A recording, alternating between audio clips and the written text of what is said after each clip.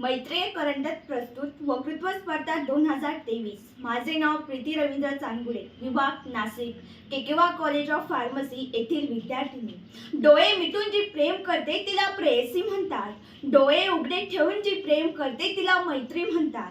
डोळे वटारून जी प्रेम करते तिला पत्नी म्हणतात आणि स्वतःचे डोळे मिटेपर्यंत जी प्रेम करते तिला आई म्हणतात. परंतु डोळ्यात प्रेम न दाखवता जो प्रेम करतो ना त्याला बाबा म्हणतात. अशाच एका विषयावर बाप नावाचा बाप माणूस तुमच्या समोर माझे वक्तृत्व मांडत आहे.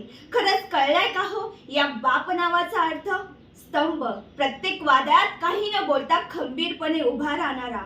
ढाल, आपल्या परिवारावर आलेल्या संकटाला एकटा सामोरे जाणारा.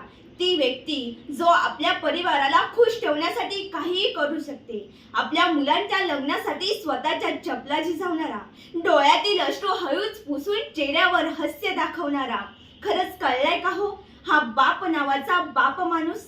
बापाला कधी बघायचं? शिक्षकांना भेटायला आल्यावर बापाला बघायचं नाही. दिवाळीला नवीन कपडे घेऊन देताना बापाला बघायचं नाही. बापाला कधी बघायचं? रात्रीच्या 2 वाजता उठायचं, जिथं बाप झोपलेला असतो ना तिथं जायचं आणि बापाला बघायचं. अहो त्याची बनेल 4 ठिकाणी फाटलेली असते हो, पण आपल्या अंगावर ब्रँडच कपडा घालतो. त्याचं नाव बाप आहे. स्वतःची चप्पल 10 वेळा चांभाराकडे जाऊन शिवून घालतो, परंतु आपल्या पायात ब्रँडेड चप्पल घालतो. त्याचं नाव बाप आहे. कारण तो बाप म्हणतो की माझी पोटी कॉलेजला जाते, माझं पोरग कॉलेजला जाते. मग खरंच उठा, जागे व्हा. हा बाप माझ्या छत्रपती शिवाजी महाराजांना कळाला. हा बाप माझ्या डॉक्टर बाबासाहेब आंबेडकरांना कळाला.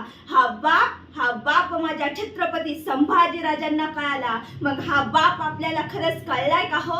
अहो तिकडे रात्रभर काबाड कष्ट करतो आणि इकडे आपल्याला कॉलेजला पाठवतो. मग खरंच आपण कॉलेजला जातो का? हा प्रश्न आपल्याला उभा राहत नाही का? आपण तर आपल्या बापाला फसवत तर नाही आहोत ना?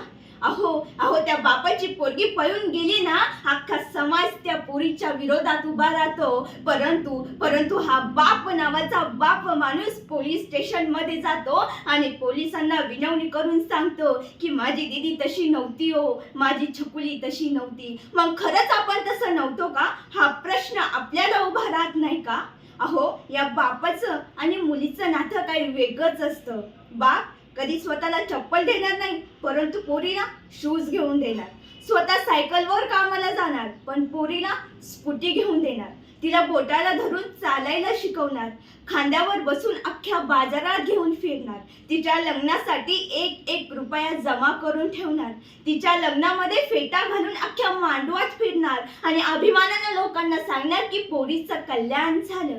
अहो दिवसभर त्याची मान उंच असते, परंतु आपलं कन्यादान झाले ना तर ती आपोआप खाली जाते.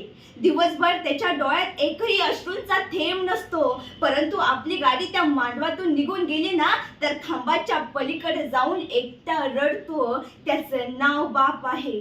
सैलभर वाटणारी मिठी घट्ट काळजाशी बिलगली होती. सैलभर वाटणारी मिठी घट्ट काळजाशी बिलगली होती. स्पर्शाची चाहूल त्यानेही मिटल्या पापनाने जाणली होती. स्पर्शाची चाहूल त्यानेही मिटल्या पापनाने जाणली होती. हुरहुर वाढणारी भीती कुशीत शिरताच निवळली होती. भेदरलेली हळवी ती चाहूल बापाच्या कुशीत विसावली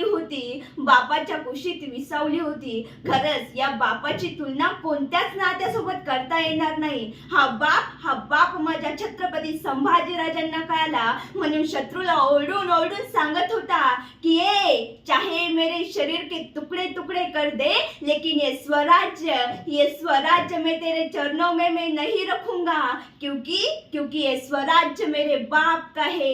ये स्वराज्य मेरे आबा साहब का है. एवढे बोलून मी माझ्या भाषणाला इथेच पूर्णविराम देते. जय हिंद, जय महाराष्ट्र. धन्यवाद.